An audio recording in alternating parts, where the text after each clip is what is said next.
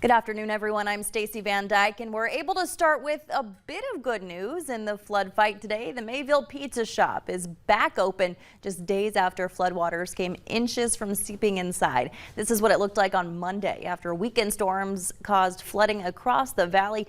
Now that waters have receded, Pizza Shop owners Tom and Mary Stocking say the Mayville Bar and Restaurant is open for business, but the Pizza Shop may have some new concerns this coming weekend. Hutch joins us now with those details. Hutch. Well, that is good news as we take a quick peek at the Red River from our studios here in South Fargo. Those waters are still high. Many rivers are still high. And the good news is that we do get a break to see the rivers come down. But first alert weather days have been called for Friday and Saturday. And here's what I want to point out. We're going to start right away with the meat and potatoes.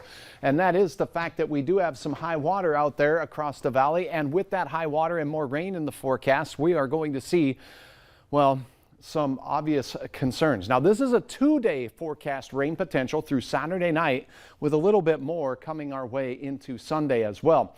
Where you see the yellows here is a good or fair chance at seeing over an inch of rain, maybe in isolated places over 2.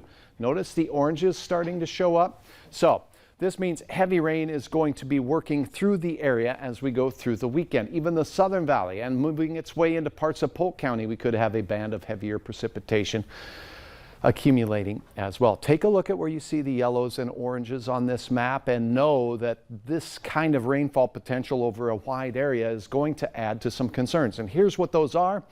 Number one, if we take a look at the Oslo area, that river is expected to stay in major flood stage in purple here right through the weekend. So this could possibly start coming up again. How much is yet to be determined. Taking a look at that Red River at Pembina, likewise, we have rising conditions there. Now, these are the factors.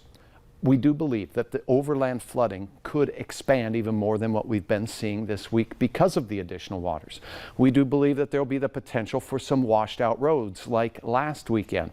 So check those road reports on valleynewslive.com or have our app handy.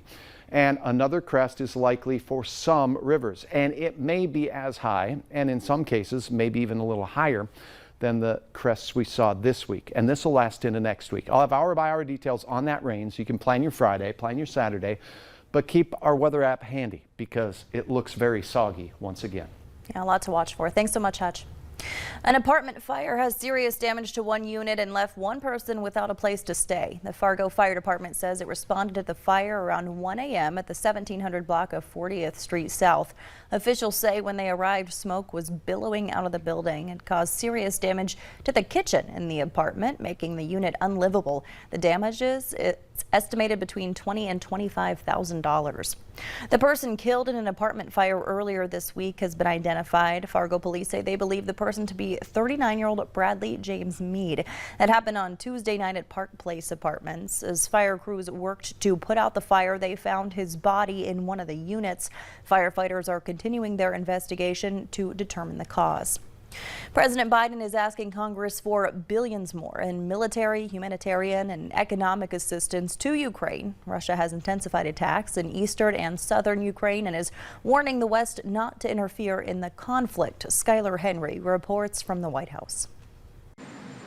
President Biden is asking Congress for $33 billion in additional aid to help Ukraine defend itself against Russia. The cost of this fight is not cheap. But caving to aggression is going to be more costly if we allow it to happen. The proposals include more than $20 billion to keep vital military assistance, such as artillery and armored vehicles, flowing into the country. The president also wants to make it easier for the federal government to use assets seized from Russian oligarchs to compensate Ukraine. We will not let Russia intimidate or blackmail their way out of these sanctions. We will not allow them to use their oil and gas to avoid consequences for their aggression. President Biden is scheduled to visit a Lockheed Martin facility in Alabama next week, where he says he'll thank the American workers that make the Javelin anti-tank missiles there. The U.S. has already sent many of those weapons to Ukraine. On Thursday, Senate Majority Leader Chuck Schumer said lawmakers must work quickly to support Ukraine and to get pandemic funding. This is a fight of democracy against authoritarianism. So every penny we approve for Ukraine is money well spent. 9 weeks into the war, Russia has intensified its attacks in eastern and southern Ukraine. But Ukrainians are standing strong. Russian President Vladimir Putin is warning that any country that interferes in Ukraine will face a lightning-fast response. Skyler Henry, CBS News, the White House. As U.S. Marine Trevor Reed is back in Texas after a prisoner swap with Russia, the State Department says it's still working to free 2 other Americans in Russian custody, including WNBA star Brittany Griner. Today, lawmakers on Capitol Hill grilled the Secretary of the Department of Homeland Security for the second straight day. At issue for many House members is the Biden administration's push to end Title 42, the pandemic rule that allows migrants to be turned away at the southern border over COVID-19 concerns. We inherited a broken and dismantled system that is already under strain. Only Congress can fix this. Secretary Mayorkas said more than 200 migrant children who were separated from their families under the previous administration have been reunited, though he added around 1,000 children remain separated. President Biden is considering whether to forgive a large chunk of the nation's student loan debt. Today, the president delivered remarks saying he'll make a decision on whether to forgive some federal student loan debt and announce his plans soon. Senate Democrats were quick to weigh in.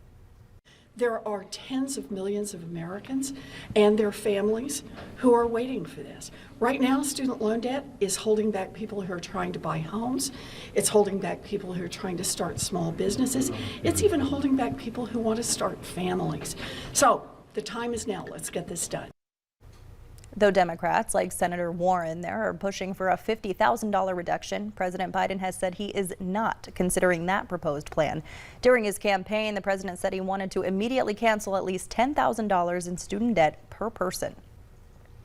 As millions around the world mark a Holocaust Remembrance Day, survivors of the Nazi massacre say hatred toward Jews needs to stop now. CBS's Tina Kraus reports from London. Sirens sound across Israel, bringing life to a standstill to remember the 6 million Jews and millions of others who died in the Holocaust. It's really amazing to see the whole country stop for 2 minutes. But on this Holocaust Remembrance Day, anti-Semitism across the U.S. shows no signs of stopping. A new report from the Anti-Defamation League reveals violence, harassment, and vandalism against Jewish people reached a record high last year with more than 2,700 reported incidents. The U.S. has the largest Jewish population outside Israel, and the number of anti-Jewish hate crimes recorded in New York and Los Angeles nearly doubled in 2021, according to a worldwide study from Tel Aviv University. Today is Holocaust Remembrance Day. 100 Holocaust survivors from across the world united to deliver a message on the dangers of unchecked hate. Never again. Roman Haller says it all starts with hate. It's important to fight against this hate. Valery Bendersky escaped the Holocaust when he was just 7 years old. Now he's left Ukraine for Israel to feel safe.